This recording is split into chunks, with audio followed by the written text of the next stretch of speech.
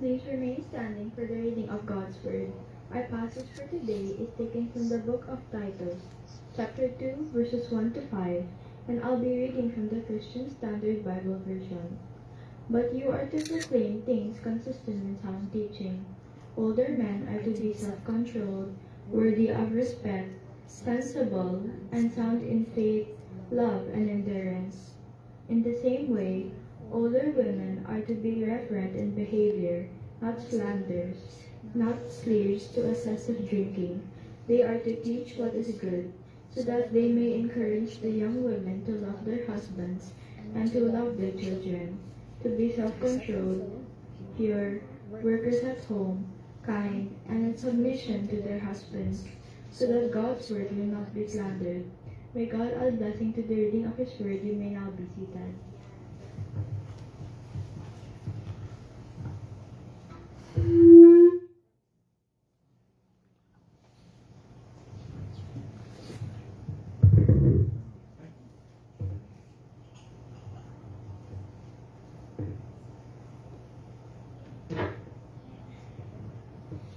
Hello and good morning. Maginaw, no? Pero masarap yung maginaw. Masarap matulog. Again, I'm glad that you are here. Blessed are those who brave the weather to come here this morning and to listen God's word.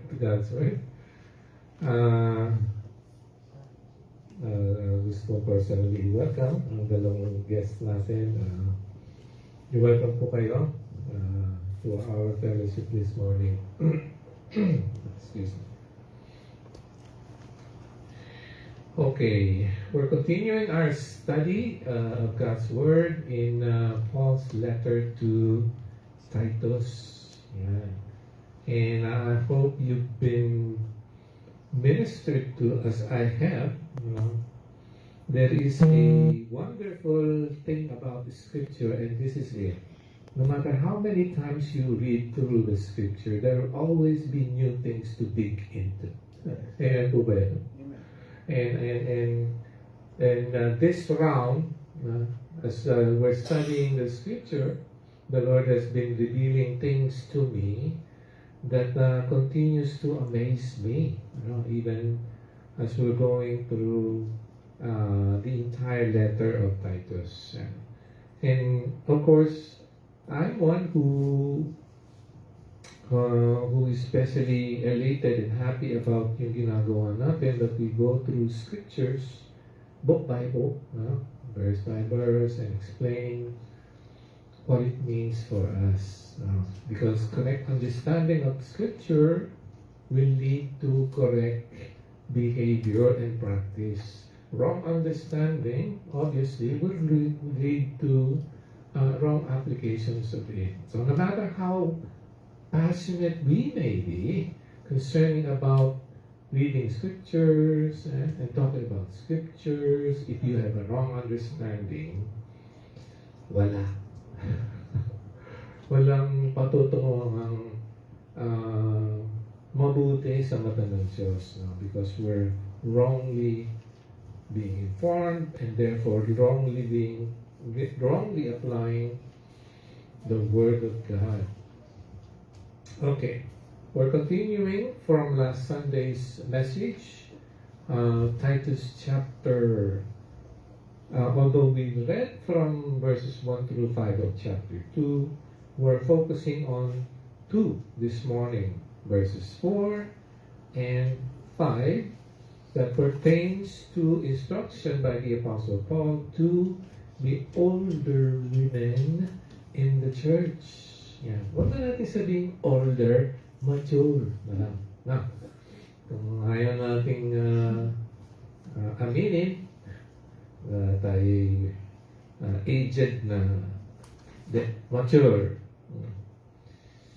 May God bless the hearers as we have read the scripture a while ago, that in hearing we might understand, we believe, and may be obedient to do God's instructions.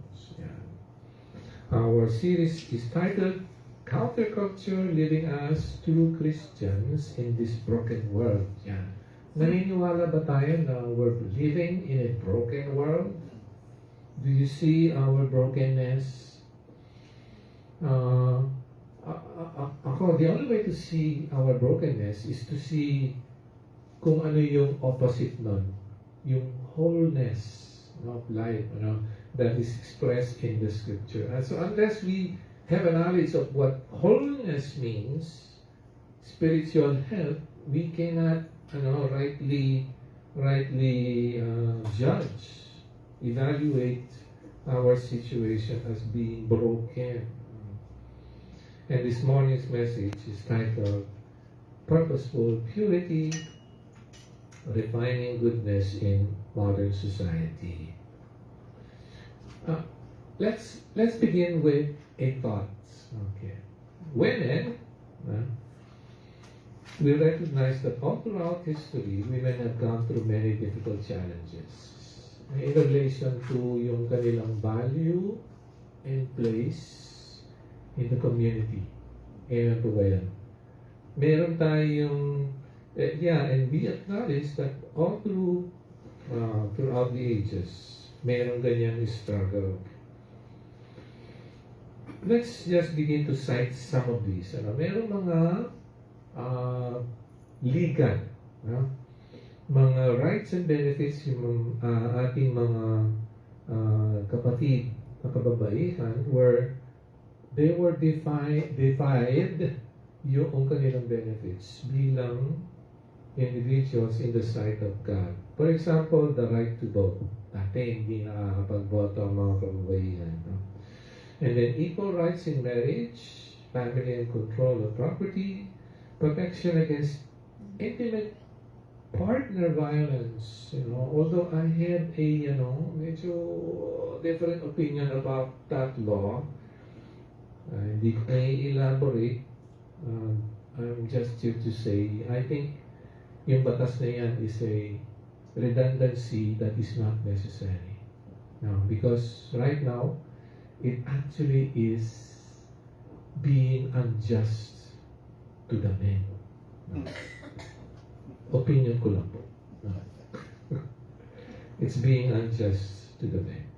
And then there's protection against certain form of discrimination in education. For example, the pregnant women or yung mga na pregnant outside of marriage are being discriminated in the workplace, for whatever reason. And aside from that, there are expectations, unwritten expectations na nababalot na sa ating kultura bilang mga Pilipino. We were born with it.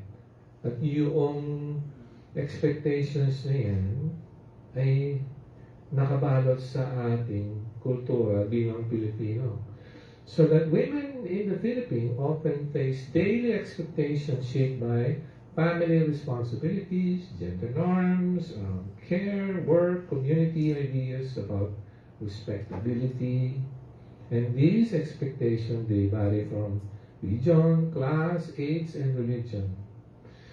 The following theme, they frequently come up. They frequently come up. For example, carrying the second shift. Sila yung inaasahang mag-care. Or gumawa ng tinatawag nating household chores that normally are unpaid. Yan. Parang yun yung injustice na feeling ng mga kababaihan. We do a lot of chores sa bahay pero hindi kami nakocompensate. Yun yung feeling. We cook, we do the laundry, yung mga ganung klaseng expectations. Secondly would be, they are expected to care for family members, including elders, and later on, even grandchildren. Di ba? Ang tanong ko lang, sino ba dapat? If not the women, ako yung isip ko lang, kung hindi sila, sino? And you will find out why I'm thinking along yung lines na yan, later on as we progress in this message. And research on family caregiving in Philippines also notes caregiving roles within families, reflecting how family duties can be ongoing rather than just one time. And then there's upholding na yung hiya na tinatawag natin. Social dignity, avoiding actions that bring shame. Meron tayong para expectations sa ating mga kababaihan na yung yung Maria Clara or yung dapat prim and proper lagi ang mga kababaihan. Work on HIA describes it as an effective and ethical framework that functions to prevent disgraceful or unacceptable conduct. My question is, so what's wrong with that? Diba? Anong mali doon? Kung yung mga kababaihan are expected to behave in certain ways. What's wrong with that? And I don't know if you're questioning that right now. But right now, just asking, what's wrong with that? If the women in our society are expected to behave in a respectful, honorable manner. Okay? And then meeting standards of feminine norms, including appearance, modesty, and yung mga feminine norms, modesty in dressing, yung how short is short, how much do you reveal sa iyong skin or sa katawan.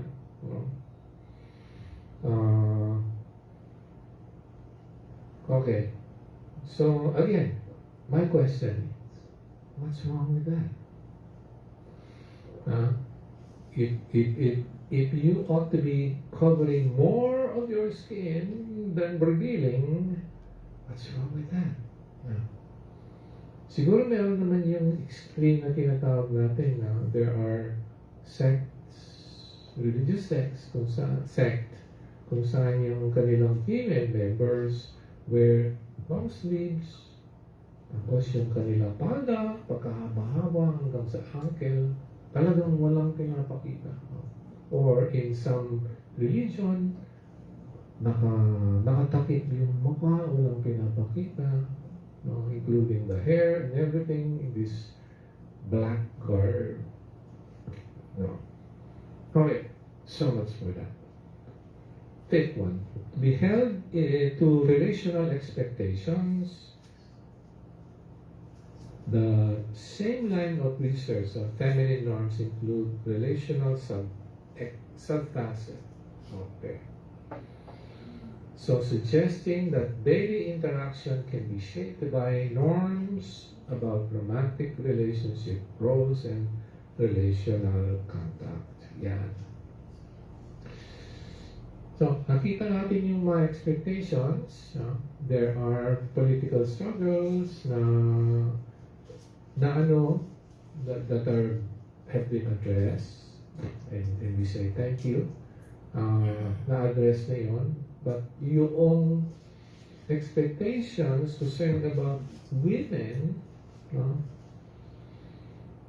concerning about caring. We note that among these expectations, we ask the question, why does the task of caring in particular fall on the lap of women and not on the men? Bakit? Bakit? I have a very straightforward answer to that. Kasi women are built to care, while the men are built to work. Yeah. Okay. Medyo meron ng hangin na nafe-feel. Again, just a cursory look at the everyday life will show this to be true. Physiologically speaking, women are the weaker frame. Amen po ba? Amen. Because First Peter tells us, husbands ought to live with their wives in an understanding way. Husband, in the same way, live with your wives, honor them, understanding way as with the weaker partner. Honor them as the weaker partner. Anong sense ng weakness ang pinopoint ni Peter dito? Weakness sa intellect, sa kakayahan mag-isip. I don't know. Pero one thing I'm sure, men are stronger physically than women. And nobody can contend with that. Amen po ba? Men are naturally stronger than women. Kaya yung mga trans men na pumapasok sa sports ng women, no, nakakayang tignan yun. Especially a few years back, where in an Olympic match, meron isang babae, minat sa isang transgender, binugbog yung babae, naku, kawawa talaga. Kasi, mas malakas talaga yung lalaki. No? And we talk about yung swimmer. Nanalo, the first trans woman to win in swimming competition. Okay. Anyways, men are naturally stronger physically. Si Jordan Peterson has come into the light na naging popular isang Canadian clinical psychologist, a professor in Canada. He came out publicly to criticize Canada's proposed Bill C-16. Yung Bill C-16 is a law that prohibits you. No? Kunyari, yung isang tao, gusto niyang tawagin siyang she, they, o he, imbis na yung normal na pronouns. And he argued na yung ganyang klaseng imposition ng isang certain group na dapat ganito yung ginagawa ninyo is beyond law. So that these sparks debates concerning about gender ideas or identity. His message emphasized personal responsibility, discipline, and it is finding acceptance, especially among young men. Jordan Peterson has expressed skepticism about certain approaches to gender equality, arguing that differences between men and women are partly biological and that pursuing equality of outcome is problematic. Ang contention kasi, especially with the DEI,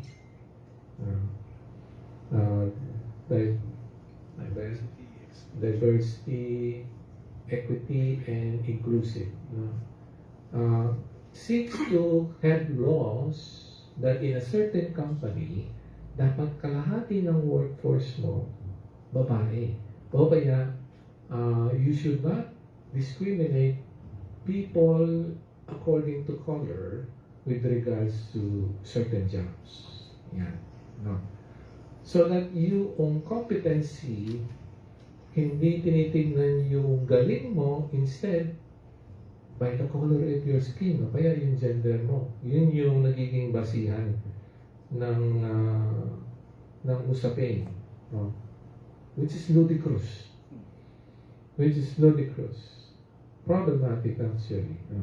Peterson contends that significant psychological and physical differences between men and women are rooted biologically.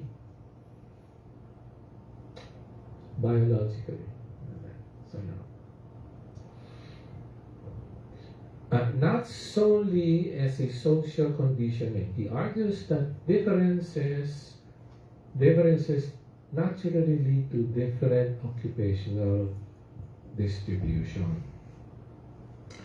So that equality of opportunity should be yung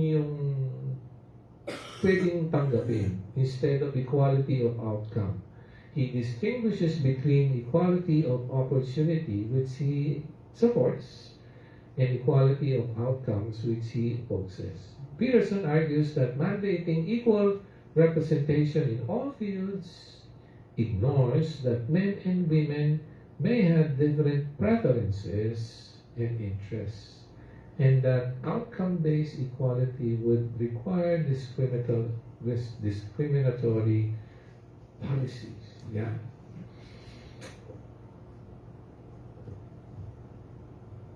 Just a cursory look in our community, makikita natin that a large portion ng mga trabaho, jobs, that relates to caring, babae yung nandoon. The question is why? Because they are naturally inclined to care. Yun yung kanilang makeup. Laging may kapat na ginakausap, no? And they're relational, emotional, and they tend to incline to want to care. Yun ang expression ng mga babae. Whereas the men, they operate on thing. Yan. Kahit mag-isa yan, kaya niya, no? Ginagawa. And usually, yung mga trabaho nila requires physical strength. Physical strength. Just job health, no? Underground mining, 95%, firefighters, 95% of firefighters are men, landscaping, 95%, maintenance, repair, 95%, yung mga men dyan, helpers, construction, 95%, crane workers, 95, cement masons and workers. You get what I'm saying. No? Yung mga mabibigat na trabaho, mostly men yung nagtatrabaho. Because they were built that way.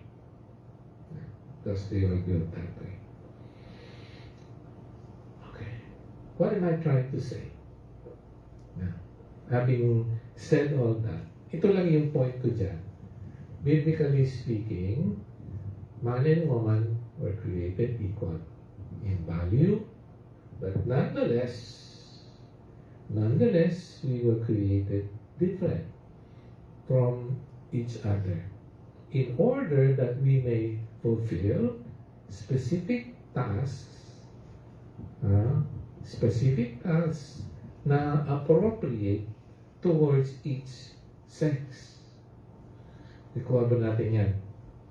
So, unless we get a hold on that, magkakaroon tayo ng problema when we progress in our scripture this morning. Men and women are created equal. Amen done. In value, sa mata ng Diyos, because we are created in the image and likeness of God. Genesis 1 says that. We are nonetheless built for specialized tasks. How specialized? Kasi yung mga kababaihan, sila lang nabubuntis. Very specialized yun. Contrary to woke idealism, there are no gentlemen who become pregnant. Nobody. When we blur the lines with these physiological truths, we are going to head for dissolution, confusion that will wreck human flourishing and will lead us to ruin. Naniniwala po ba kayo? Here is where we need to stand as God's people. Yung katotohanan ng salita ng Diyos Now, in order that we may prevent yung corruption or decay of society, we need to uphold these truths. These truths. That we, in the eyes of God, are created equal but different in order to fulfill particular tasks that we are called into. And as we meditate on God's Word this morning, I hope, I pray that it would kindle afresh in our hearts, in the hearts of the women as well as the men in this church, that the church ought to be modeling in the sight of this unbelieving world, which gives justice to the title of this sermon series. Countercultural tayo bilang mga Kristiyano, that we ought to live true according to God's Word in this broken world. Amen po that. Amen po ba yan? Before we continue, let's pause for a short prayer. Father, we ask again that you give us from your vast reservoir of wisdom, O God. Thank you. Insights belong to you. Wisdom belong to you. We pray that you will imbibe in our hearts and mind these truths, that not only we may be able to understand them, but to form a firm conviction in our hearts. These things are certain, and they are from you. And we ask again that you will allow us to be courageous to express these truths in our community. In Jesus' name we pray. Amen. Short context, Titus, the tatlong book, 1 Timothy, Titus, and 2 Timothy are together called the pastoral epistles because they are written to pastors. Paul writes them to fellow workers in the church to give instruction to local leaders. Titus chapter 2, verse 1 to 10, that is where we are this morning, gives specific instruction for various groups within the church. Titus is commanded to teach each of these groups with authority. Paul includes directions tailored for older men, aside from elders and overseers, older women, younger men, younger women. This part of the chapter emphasizes characteristics such as self-control, faithfulness, dignity, respect, godliness, and love. Older men and women are to mentor. Older men and women are to mentor the younger men and younger women respectively. Paul also gives directions to servants regarding submission to their masters. Titus is given instruction as well for the correct conduct of leader, and a major reason why. Major reason is for right behavior is to leave critics no room to attack the Christian faith. Ibig sabihin yan, yung ating behavior ought to silence kung anumang contrary ideas or objection meron ang mundo sa ating pananampalataya. Outline, dalawa lang. Godly character is lived out in the home, and then godly conduct will keep God's word from slander. Now, I will tell you ahead, a large portion of this message is all in outline 1. Yung second outline is more or less yun yung conclusion to this whole sermon. So we continue from where we left off last Sunday. Verse 4, it says, so that they, the older women, referring to older women, may encourage the young women to love their husbands, and to love their children. on the onset, yun yung instruction eh. No? As I've mentioned in the past, when Paul talks about yung qualifications ng elders and overseers, yung kanyang binigay na qualifications are more on the character of the person rather than yung skills niya. Although skills management is yung can be used, applied in church. So, pero the more important thing to consider is the character of the leader, the elder, the overseers that are being called to proclaim the gospel. You know, why? And it suddenly dawned on me, bakit? Why? Why? Why? And then, the Lord seemed to have, I've gone through the passage so much. And this is where I saw that clearly. Kasi yung mga elders ought to be first themselves converted Christians. Kailangan sila mismo ay mga transformed, true believers. Kasi they are going to take the gospel into places where oppositions definitely will be encountered. Na kung half-hearted ka, or even yung convictions mo about God's word is not true, bibigay ka eh. Bibigay ka. And then we are told, yung gospel mismo ang ipinahayag. So, paano mo ipapahayag ang isang bagay that you are not totally convicted? No? You do not totally believe what you are proclaiming. And so, the need for the proclaimer to be truly converted is essential.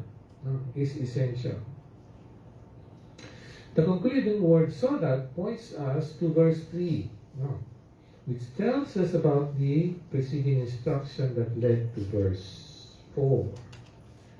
Verse 3 says, in the same way, older women are to be reverent in behavior, not slanderers, not slaves to excessive drinking. They are to teach what is good. Again, characteristics. Character. Has to do with character. Though we mentioned that last Sunday, it's worth repeating here. Reverend here is not a clerical title. It portrays a life whose outward behavior is shaped by an inward awareness of God's holiness. To be reverent. Right? To be reverent is to hold to a posture, living life as though you live right in the presence of God. It portrays a life whose outward behavior is shaped by an inward awareness of God's holiness, causing every word and deed to be treated as if performed in the very courts of the Lord. This is language associated with priestly ministry. This is language associated with priestly ministry. It draws from priestly ministry. This teaching is reflective of the calling of every one of us, not just the women actually, because 1 Peter 2:9 and 10 says to us, but you are a chosen race, a royal priesthood, a holy nation, a people for his possession, so that you may proclaim the praises of the one who called you out of darkness. So all believers belong in Christ as a chosen people, as a chosen race. Merong nagsabi, isa lang naman talaga yung race. Many ethnicity, but one race. Human race. Hindi tayo physically, that doesn't refer to the physical, and though Christians may come from different ethnicity, we are in Christ a royal priesthood, a holy nation, God's possession, so that together we may proclaim the praises of the one who called us from darkness into God's marvelous light. Yeah. As Gentiles, we formerly, and this is why, kanina sabi ni Brother Adrian, why God is worthy of praise. We formerly were not included in God's covenant relationship. Kasi dati kailangan sundin mo yung batas ni Moses before being part of the covenant people. But now we are, and we have no longer are subject to God's wrath, but we have become so not because we observed the law of Moses, but because we have trusted in the Lord Jesus Christ. So the qualities of the older women mentioned in verse 3 are essential for training the younger women in God's church, because godliness is something the Cretans need to see. Now, the Cretans needed to see how that is displayed in the life of those who claim to be God's children.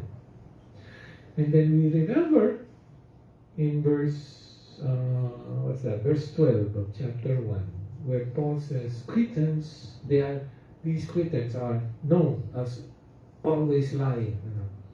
Cretans are always liars, evil beasts, lazy, gluttons. Magkaroon ka ba naman ng ganyang klaseng reputation? Paano mo yan buburahin? Paano mo yan buburahin? The older women are called upon to encourage. The word actually means to train the next generation of women believers in Crete who are coming out from darkness into light to love their husbands and children.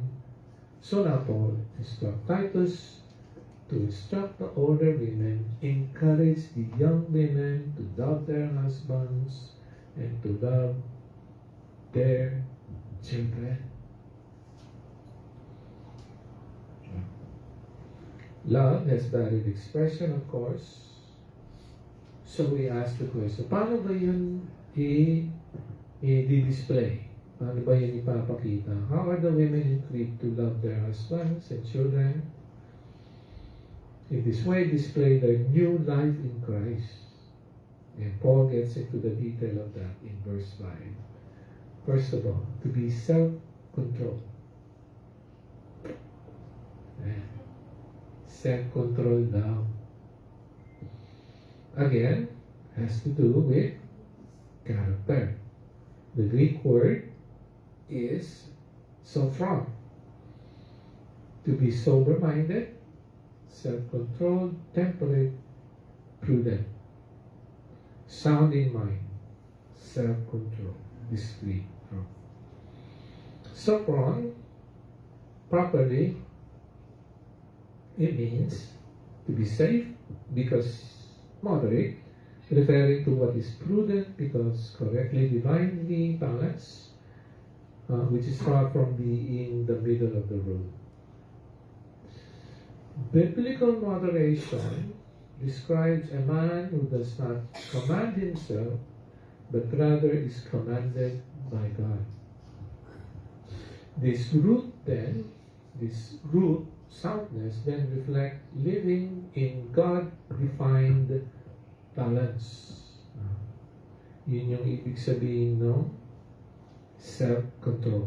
Now, to be self-controlled is the opposite of someone who is out of control, such as the women in Crete who are slaves to wine. They are slaves to much wine. When intoxicated, of course, such person loses control of themselves. The fact that Paul uses a word, enslaved, suggests bondage, excess of wine, suggests the problem is more acute among the Cretan women against the Ephesian women. Mas grabe itong mga Cretan women when it comes to excess in the love of wine. In addition, self-control is to not give in to unbridled thoughts, unchecked thoughts, readily giving in to unclean and impure thoughts. Since every action originates from our minds through thought processes. I mean, adultery and murder begins with the mind first agreeing to the act. Ibang ganun yan? Kaya merong certain degrees concerning about killing someone. From first degree murder, yun ang pinakagrabe dahil meditated Pinano mong patayin yung tao. So that will receive a heavier penalty. Scripture admonishes us to take every thought captive to obey Christ. Sabi sa 2 Corinthians, we demolish arguments and every proud thing that is raised up against the knowledge of God, and we take every thought captive to obey Christ. Every thought. Now, at this moment, medyo feeling ko Pastor, parang mahirap gawin yan. Parang mahirap gawin yan, Pastor. Well, not, I'm not saying I'm perfect with it, but not if we're walking by the Spirit. Kasi sabi ni Paul sa Galatians 5:16, that we are to walk by the Spirit. And when we walk with the Spirit or by the Spirit, we will not carry out or gratify the desire of the flesh. So, merong paraan para sa atin available sa Panginoon, and namely, this is to walk by the Spirit. Kasi yung Spirit daw is in opposition to the flesh opposition to the Spirit. So when we choose to live by the Spirit, what does that mean? It means to surrender to the leading of the Spirit. To surrender our will to the leading of the Spirit. Again, we see the necessity of older women to be truly converted. No? Hindi po pwedeng hindi ka converted dito. Christians are called to not love the world and everything in it, because to love the things of the world is to be the enemy of God. The things of the world, sabi, the lust of the eye, the lust of the flesh, and the pride of life, they are to be rejected because we cannot. Hindi sinasabi ni Jesus that we should not. But He's saying we cannot. It is an impossibility. We cannot serve two masters. When you serve one, you will reject the other. If you choose to serve the other, you will reject the one. Our hearts are created to worship only one God. Kaya, imposible yun na mangyari. Okay, moving on. To be self-controlled, pure, workers at home, kind and submission and in submission to their husbands. Pure is the word hagnas in the Greek, and it's a cognate of another word in Greek which means holy. Hagnos, a cognate of 40, hagios, which means holy. So properly, that means to be pure to the core, virginal, chaste, unadulterated, pure inside and out, holy because uncontaminated, without spoliation even within, down to the center of one's being, not mixed with guilt or anything condemn na mo. Okay. Napaka-tall order niya. Sabihin natin. No. Napaka-tall ng order. Pero yun yung standard. Because that tells us what God is like. He is pure, uncontaminated, without any mix. There is no guile found in the Lord Jesus. There is God is light, and there is no darkness whatsoever in God. Again, para na naman tayong nagiging hopeless, no? Hopeless na naman ang feeling natin, gloomy. And we ask ourselves, sino ba yung qualified dyan, Pastor? Miski na si Apostle Paul. Yan din yung kanyang Lamentations. He confessed to this, and he asked the same question. Who is competent to such a task?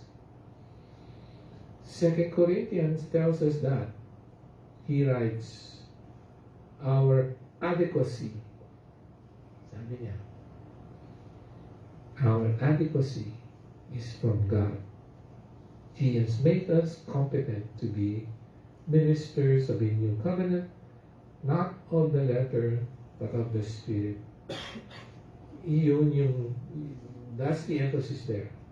The Spirit enables us to do what's right in God's eyes. Ergo, the need for regeneration. So kung hindi ka na-regenerate, na-transform ng Spirit, walang manifestations ng mga bagay na tungkol sa Diyos. Lalo na, holiness, purity ang pag-uusapan. No? That's out of bound para sa corrupt human being. Competency has to do with having the required abilities to complete a given task.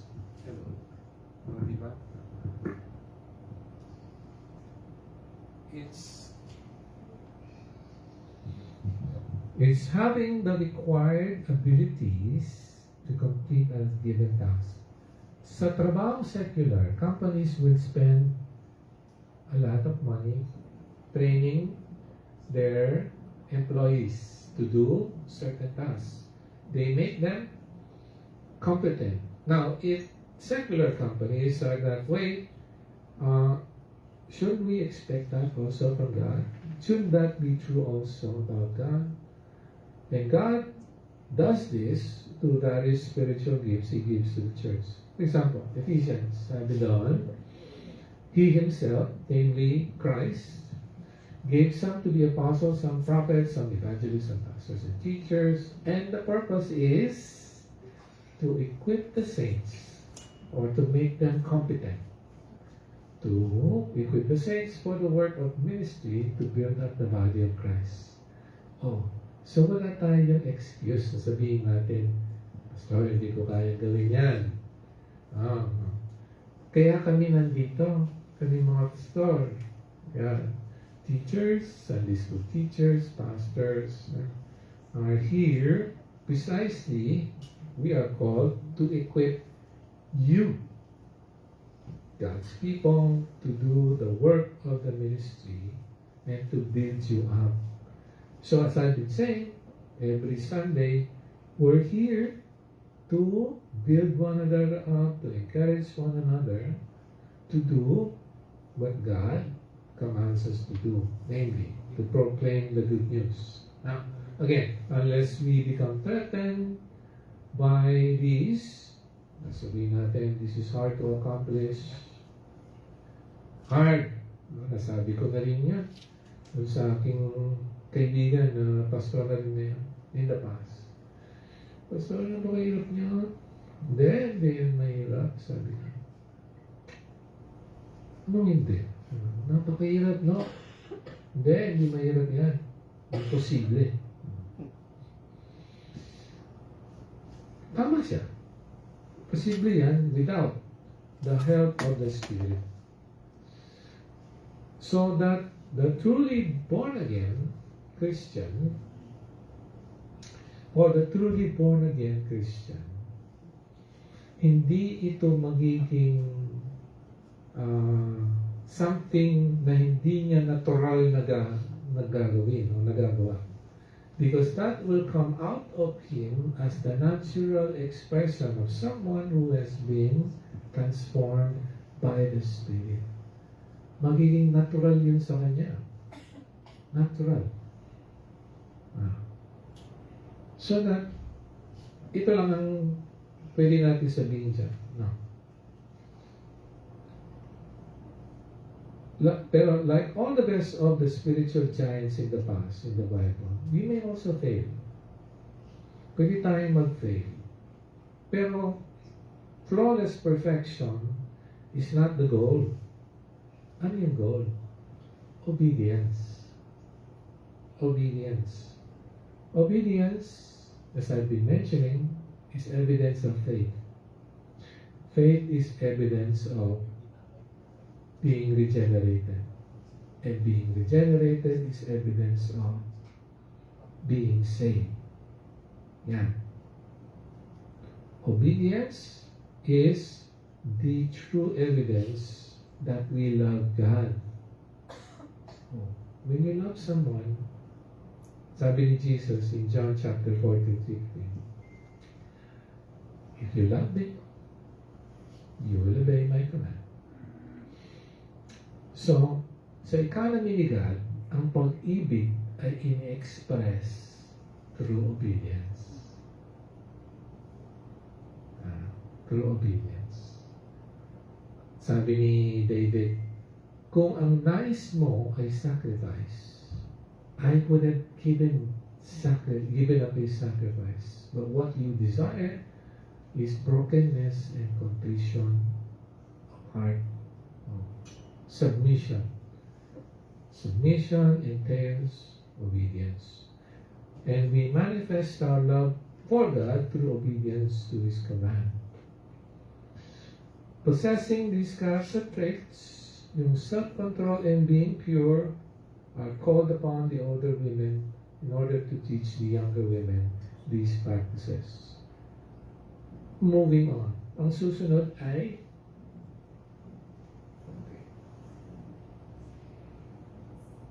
women are to be workers at home. Literally, in the Greek, means a stayer at home, domestically inclined. Kaya, marami sa ating mga kababaihan, ayaw na nilang isipin yon.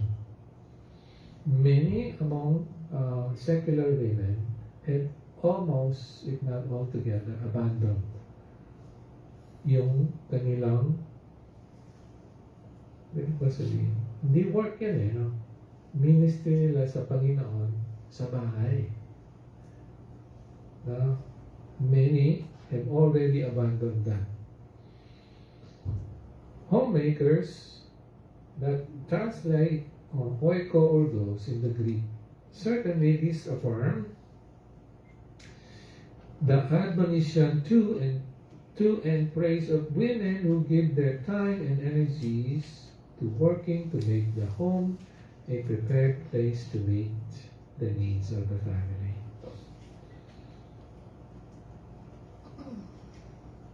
Okay. Nakakalimutan na natin yun no?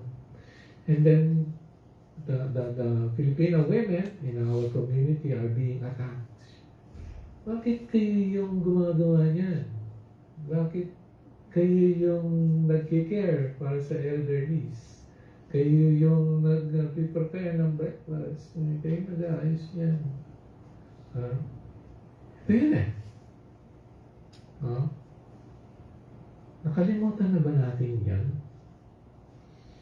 And so I asked the question, kung ganun man yung atake ng mundo sa mga kababaihan, so what's wrong with that? What's wrong with expressing our love for our family? Paano mo in-express yung love mo sa family? If not for serving them. Recently, I came across itong kanta ni Glenn Campbell, which nag-bless sa akin because it talks about about a man,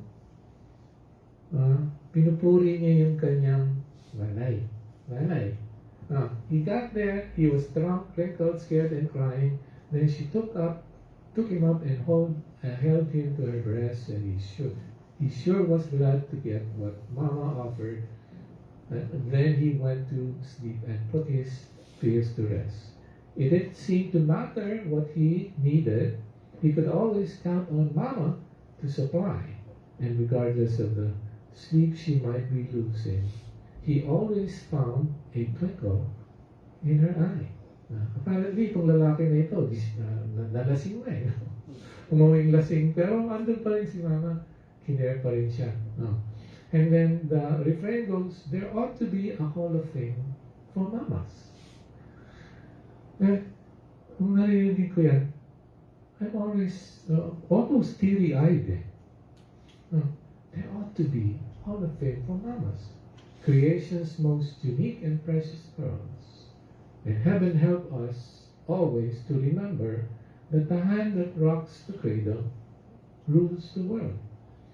She taught him all the attributes of greatness that she knew he could learn away from home. And by the time she wore the cover off her Bible, her hair was gray and her little man has gone. Ito yung Glenn Campbell is a Christian. So, nakakatuwa yung meron tayong mga kapatiran na they express their faith in the songs. And here is where we see itong nanay na ito. She was transferring yung kanyang spiritual values to his son. And in the scripture, we also have an example of that, di ba? Sa nanay at lola ni Timothy. Sila yung nag-train kay Timothy nung bata siya sa scriptures. Ano pangalan yan? Si Eunice at saka si Lois. Hindi yung girlfriend ni Superman. Si Lois at saka si Eunice. They trained Timothy in the scriptures. Galing. Okay. Tribute sa women. Yan. Bonus yun sa inyo. Walang mag-i-smile, no? Wala bang thank you, Pastor Jan? Thank you, Pastor. Yeah. Again, continuing. They are to be kind. Agathos ang sa Greek niyan. Let's look at agathos sounds like agape. Agape in Greek is love. It means good in any sense. And inherently, intrinsically good as to the believer. Agathos describes what originates from God and is empowered by Him in their life through faith. Again, everything that we know to be good and the thing that we can do good in this world originates from God.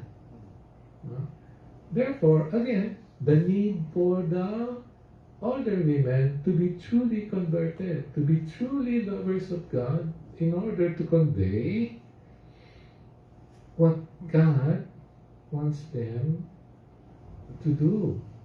Agathos, inherently, intrinsically good. Lastly, ito yung pinaka madugo sa lahat. Whenever na-mention yung word na yan, almost always nagre-react na yung mga kababaihan. We don't like to hear that, Pastor. Pero, it's God's word. And it's worth meditating upon this morning. Submission, here's the thing that we need to know about that word. To be subject, hupotasso, to be subject to subordinate, to submit, to be under obedience. Ito yung interesting part about that word. Hupotasso is broken up into hupo means under and tasso to be arranged. Tignan niyo yung kanyang It means properly to be under God's arrangement. In other words, submitting to the Lord. So that word conveys, first of all, that the person ought to be in an arrangement with God. Nakakuha niya, ladies. Amen. Mga kapatid, parang bigla kayong nag-sign up eh. Kung you find it difficult to obey that, maybe you need to ask yourself your relationship with God first. Kasi it's between you and God's arrangement. No? First of all, kailangan mag-agree ka to subject yourself to what the Lord commands you to do. So kung mahirap yung mag-relate horizontally sa husband, then relate muna vertically. Lord, mahirap yun sa akin. Kasi yung aking signature talagang nagre-report siya. Pero because I love you, Lord, I will submit to you. I will submit to you. So the instruction to the wives to be submitted to the husband, it puts in, first of all, a transaction with God, an arrangement with God.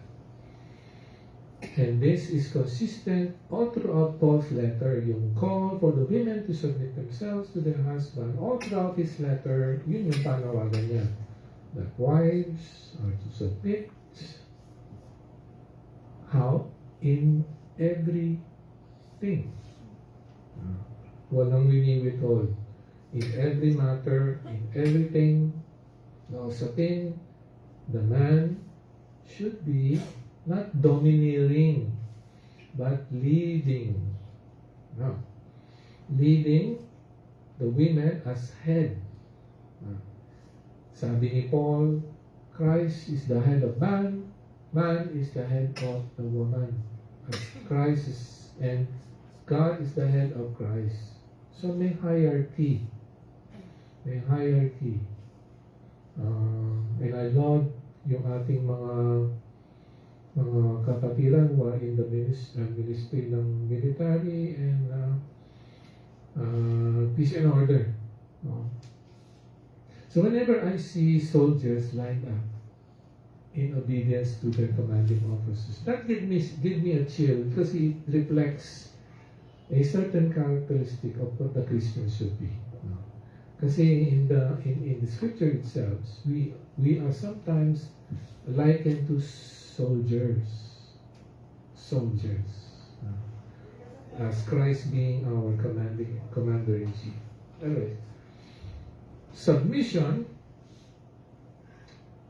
bakit siya mahirap sundin? Kasi somehow it seems to be someone who is lower in status, or worse than the one to be obeyed. Yun yung common na iniisip natin. Kapag nag-obey ka, superior yun in terms of abilities or anything, intellectual strength or prowess. And then yung mga subordinate are weaker, lesser, kaya nag-obey. But here's the thing that we can see in Scripture.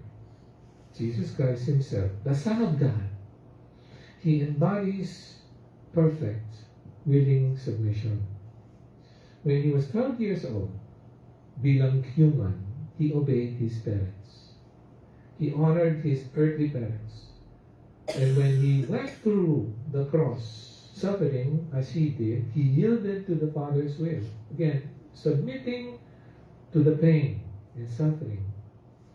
We remember how He said to God as He prayed, if this is possible, would you let this cup pass over me? But nonetheless, not my will, but your will be done. Again, submission.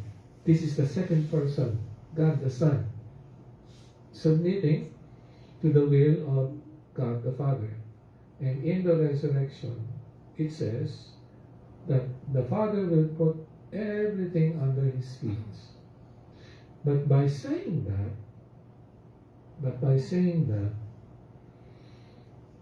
the Son, now, although he rules over all, yet in the final scene, he himself will be made subject to him who put everything under him so that God may be all in all. Kita natin yan? Thus, biblical submission never implies inferiority. Excuse me.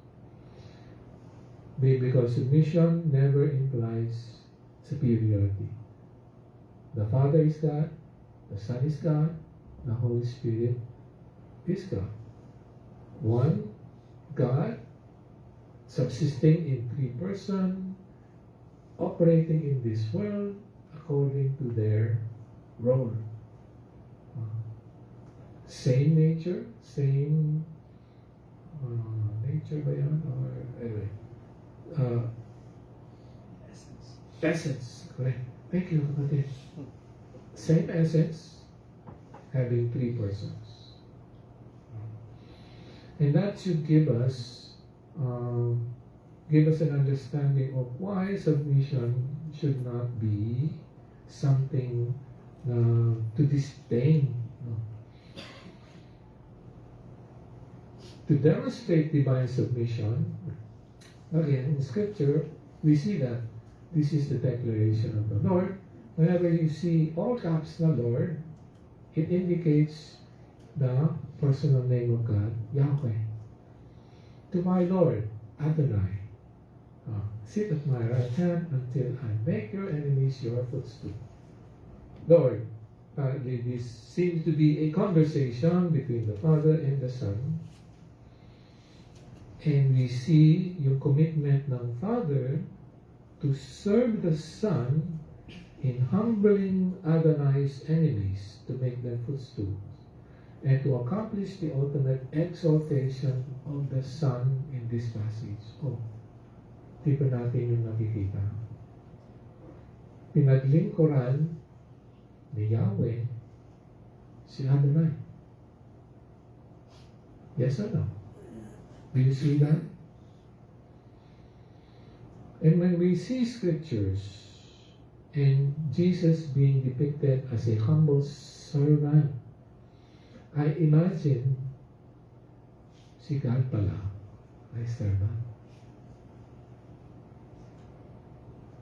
Dapat pala ginigibat na natin yung ating trono bilang Lord ng buhay natin and embrace itong attitude ng ating Panginoong Jesus.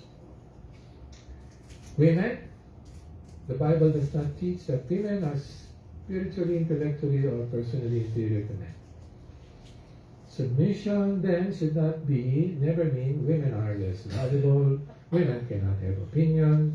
Marami silang opinion actually. Women cannot make decisions. Marami din silang decisions actually. And then women must tolerate abuse, of course not. No. Women are not allowed to disagree. Hindi, no. And then husbands are always right. I had a conversation with one lady, a married woman, kasi recently I came to understand, yung mga kababaihan pala, sabi ko sa kanya, they think that they are always right. Kaya pala sila argumentative palagi. Sagot niya sa akin, hindi, they don't think that they are always right. They are always right. Amen. Uy, ang basa na.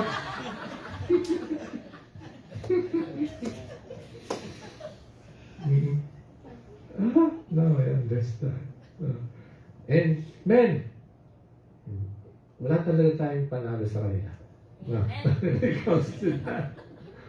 Now, here's the thing to remember, no, women, no. You can disagree with your husband, but still treat him with respect. Yan. O yun, mag-agree with him. You can disagree, but treat him with respect. Moreover, the Bible affirms that man and woman not only are created in the image of God, but they are co-heirs. Co-heirs. Sabi niya, kanina, 1 Peter 3:7. Husbands, in the same way, live with your wives in an understanding way as the weaker partner, showing them honor. Wow. Honor.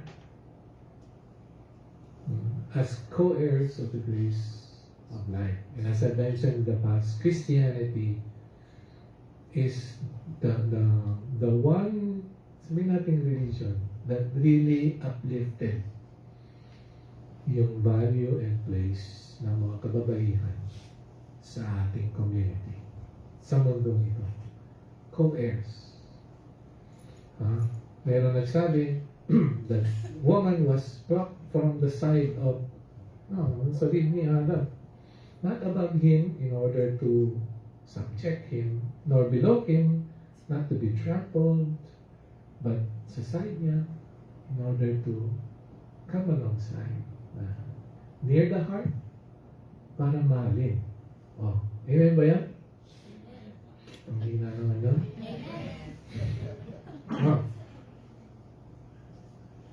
Last point, and I said, maikli lang yan, kasi yan ang conclusion na all the things that we have said. Why? The question is, so what? Stop. The so what question. So that God's word will not be slandered. Now, I understand that English word slandered we encountered last meeting. In last meeting, slandered there is the Greek word diabolos, which means to accuse falsely. Pero here in the Greek, blasphemo ang ginamit. It's blaspheming. Now, to vilify, that word means to vilify, especially to speak irreverently. So to blaspheme God properly is to refuse to acknowledge that He is good, worthy of respect, veneration, hence to blaspheme which reverse moral values. Nanginginig ako dyan nung inaano ko yan, iniisip ko. Kasi to blaspheme God is to count Him as no good.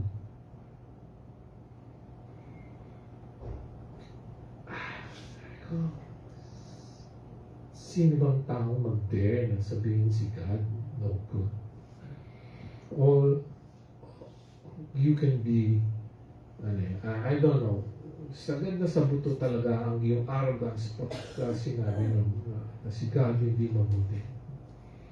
So, the implication is when Christians show themselves to be no better than pagans, we show ourselves that the worship of Yahweh does not bring about anything good, any more than what already is among those who worship other gods. Ibig sabihin, paano tayo naiiba sa kanila? Kung yung ating behavior ay walang pagkakaiba sa kanila. Di ba sabi ni Jesus, you have heard that it was said that you love your neighbor and you hate your enemies. So how are you any better? Because the pagans, they love their own. They love their own. So how are we any different if we were doing the same? And so they will declare the Christian God to be no better than their gods, which is made of wood, stones, wrapped in gold, or silver. So, the wife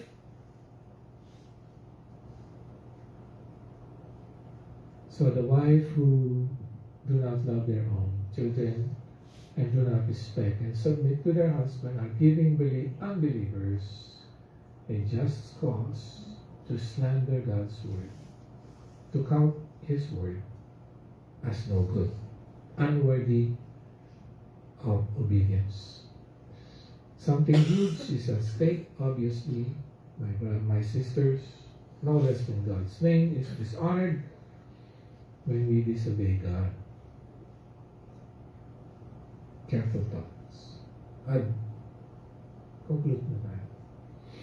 The admonition of the Apostle Paul can only become a reality if the older women are true believers in Christ, those truly born again and have been transformed through the regeneration of the Holy Spirit. So again, the question is, Pastor, how can I know if I am truly saved? One word. Test yourselves for obedience. Obedience. Do you obey God's word? Our passage reminds us that godliness is not merely something that we profess, something that is displayed in how we live, especially in our homes. Older women are called to teach with both words and example. Younger women are called to love their husbands and children, to be self-controlled, pure, kind, and submissive to their husbands. These commands are not about inferiority, but about faithful obedience to God's design. Now, if we see that in its total picture, hindi yun magiging mahirap. Kaya, kung mahal natin ang Diyos, magagawa natin yan. Magagawa natin yan kung mahal natin ang Diyos. Our lives are a testimony to the gospel that we profess. Okay. So the reason is clear, so that God's word will not be slandered. Our lives ought to be a testimony to the gospel we profess. When we obey God's word, even when it is difficult, we demonstrate that we love God more than ourselves. Let's not seek flawless perfection. Hindi naman yun yung hinihingi ng Diyos. No. Marami sa mga spiritual giants nadadapa at nagkakamali. So ano yung point? Point is faithful obedience. Let our homes, our marriages, and our conduct display the transforming grace of God. So may our lives never give this world a reason to slander God's word, but may they give the world a reason to see the beauty of God and the gospel. Amen to brother. Let's pray. Thank you, Father in heaven, for these instructions. Let our lives from this point on be a manifestation of the life of Christ, who through the Holy Spirit enabled us to live in a manner that brings praise and honor to your name. In Jesus' name we pray. Amen.